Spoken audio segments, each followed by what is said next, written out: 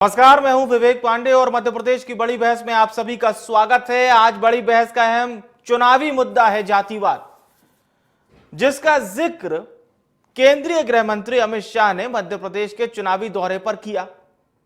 8 अप्रैल को राहुल गांधी ने विंध्य रीजन में कांग्रेस के लिए चुनावी शंखनाद किया था। चुनावी शंखनाद यानी कि चुनाव की शुरुआत करना। जब कोई बड़ा नेता चुनावी शंखनाद करता है तो उसे इसी तरीके से जोड़ा जाता है या इसी तरीके से लिया जाता है। और साथ ही साथ यह भी मांग की थी कि कांग्रेस अगर सत्ता में आती है तो जातिगत जनगणना को करवाएगी। लोकसभा चुनाव को लेकर प्रचार जोरों पर है, जैसा कि आप देख रहे हैं। दिग्गजों के चुनावी दौरे चल रहे हैं, वो भी युद्ध स्तर पर। आरोप प्रत्यारोप भी चल रहा है। बीजेपी की ओर से पीएम मोदी समेत तमाम दिग्गज लगातार चुनावी प्रचार में जुटे हुए हैं, तो कांग्रेस की ओर से राहुल गांधी ने मोर्चा संभाल रखा है। मध्य प्रदेश की बात करें तो यहां पर 4 चरणों में लोकसभा सीटों पर मतदान होना है। जैसा कि हमने आपको बताया कि बीजेपी की ओर से पीएम मोदी, गृह मंत्री अमित शाह, रक्षा मंत्री राजनाथ सिंह, केंद्रीय मंत्री स्मृति ईरानी समेत तमाम दिग्गजों ने मध्य प्रदेश की धरती पर चुनाव प्रचार किया है और कर रहे हैं। कांग्रेस की ओर से केवल राहुल गांधी मैदान में दिखाई दे रहे हैं। राहुल गांधी ने आदिवासियों को लेकर भी बाकायदा जो बातें रखी, उसमें आदिवासियों का खासा ख्याल रखा और इस तरह की 2 सभाएं की। पीएम मोदी भी जबलपुर में रोड शो करे, बालाघाट में सभाएं उन्होंने की। दूसरे दिग्गज लगातार भी दौरे में जुटे हुए हैं। और आज मध्य प्रदेश की धरती पर थे केंद्रीय गृह मंत्री अमित शाह, जिन्होंने आज 2 सभाएं की, कटनी के बरही में और मंडला में। यहां पर उन्होंने जातिवादी और परिवारवादी पार्टियों को लेकर बयान दिए और कहा कि पीएम मोदी को हराने के लिए ये इकट्ठा हुए हैं। आगे कहा कि कांग्रेस ने 70 साल तक जातिवाद, परिवारवाद और भ्रष्टाचार के आधार पर ही राज किया, जबकि मोदी ने देश से जातिवाद, परिवारवाद और भ्रष्टाचार को समाप्त करने का काम किया। जहां बीजेपी के दिग्गज लगातार मध्य प्रदेश की धरती पर बीजेपी के पक्ष में माहौल बनाने में जुटे हैं, तो वहीं कांग्रेस के दिग्गज और प्रदेश के नेताओं की बेरुखी कुछ अलग ही कहानी को बयां करती है। कहानी क्या है, इस पर हम चर्चा करेंगे और समझने की कोशिश करेंगे आज की इस बड़ी बहस में। और साथ ही साथ ये भी समझेंगे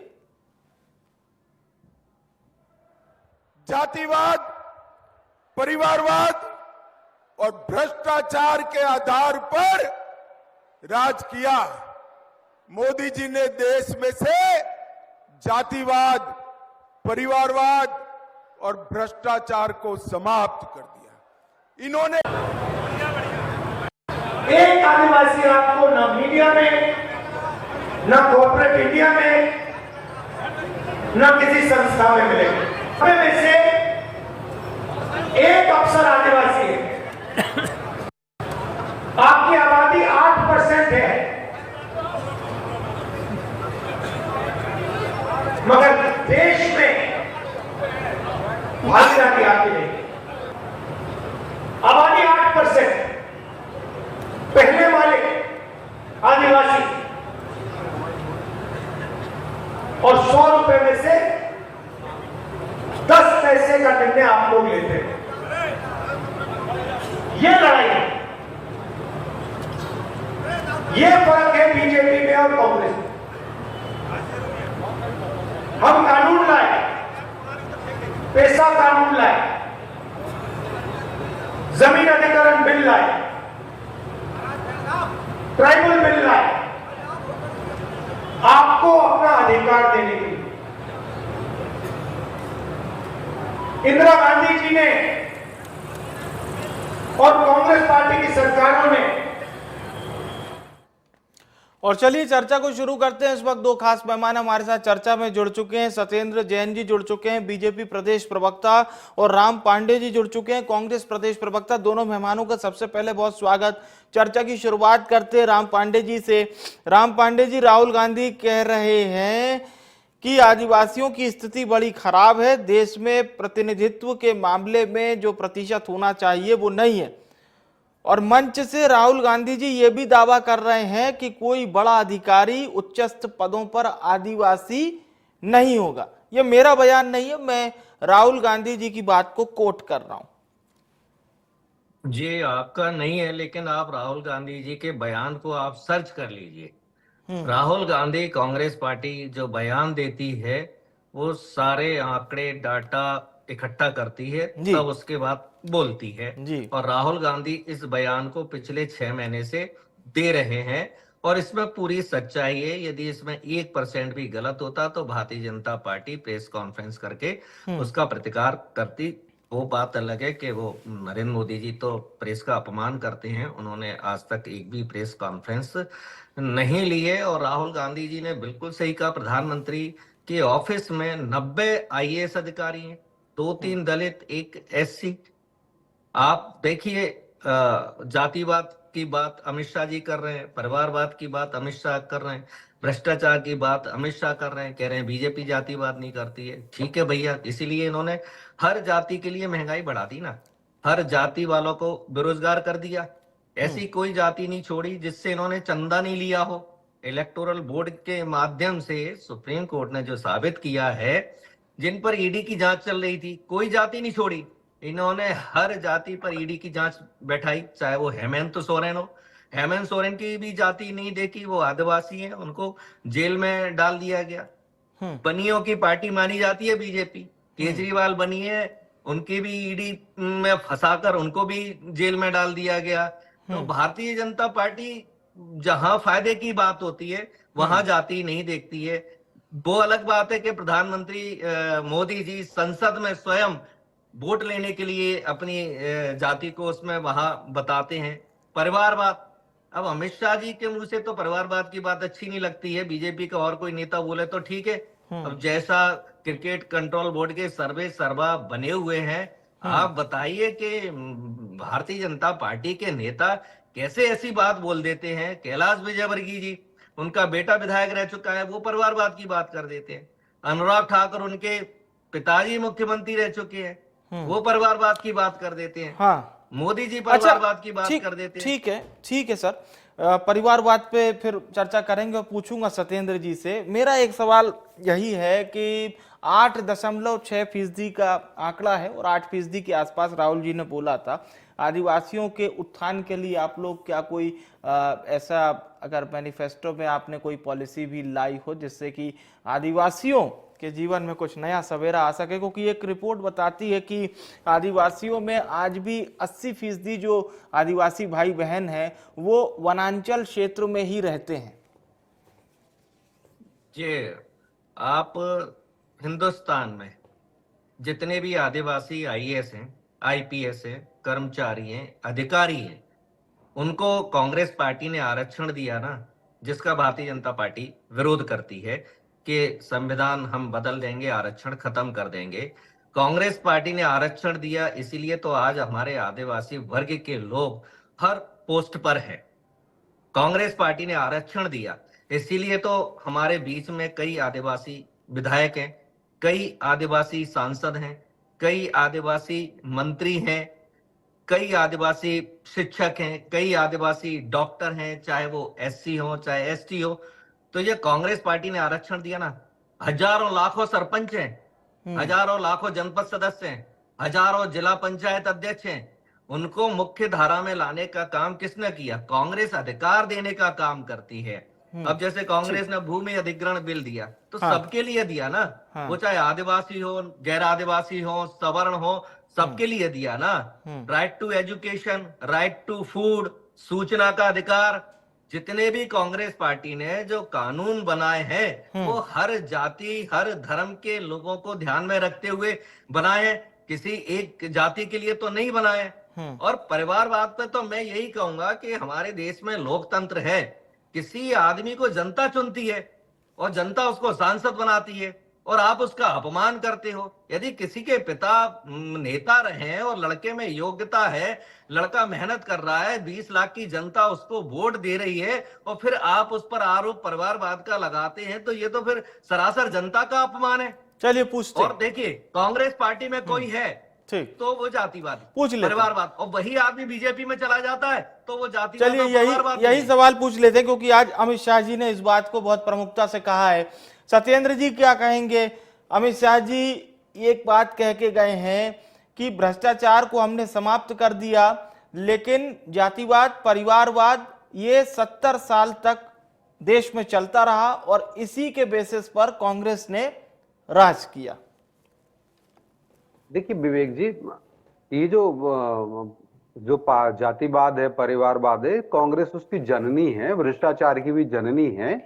स्वतंत्रता के जैसे ही प्राप्त हुई उसके बाद से ही लगातार घोटाले होते रहे, कांग्रेस करती रही। आपने परिवारवाद की बात कही तो हमने परिवारवाद को उसको माना, डायनेस्टिक डेमोक्रेसी को माना है। डायनेस्टिक डेमोक्रेसी मतलब कि ऐसे परिवार जो कि जब पार्टी के अध्यक्ष होते हैं, सर्वे सर्वा होते हैं, और जब उनकी सरकार बनती है तो वो सुप्रीम पद पर भी होते हैं। तो आप देखिए कांग्रेस के अंदर चाहे वो राहुल गांधी हो, सोनिया गांधी हो, प्रियंका गांधी हो, या पहले इंदिरा गांधी हो, राजीव गांधी हो, संजय गांधी हो, या उसके पहले चले जाएं तो आप जवाहरलाल नेहरू जी हो, तो ये सब लोग इसीलिए तो कहते हैं, अमित शाह जी ने कहा कि ये 4G 5G के प्रतीक हैं। इनके यहाँ 5G ये हो रहा है, हमारे यहाँ 5G हम जो लेकर आ रहे हैं वो अलग बात है। ये 5G वाली पार्टी है क्योंकि ये डायनेस्टिक डेमोक्रेसी है। क्या देखिए, क्या इंदिरा गांधी प्रधानमंत्री नहीं रही? क्या राजीव गांधी प्रधानमंत्री नहीं रहे? क्या सोनिया गांधी जी को तो देखिए संविधान से ऊपर कर दिया गया। भारतीय संविधान में कोई सुरक्षा, कोई सलाहकार परिषद नहीं होती है, उस सलाह पर एडवाइजरी काउंसिल बनाई गई, और एडवाइजरी काउंसिल बना करके उसको, उसके चेयरमैन को प्रधानमंत्री से भी बड़ा पद दे दिया गया था। मनमोहन सिंह जी जब यूपीए के कांग्रेस के प्रधानमंत्री थे उससे भी बड़ा तो सोनिया गांधी को बनाया गया था।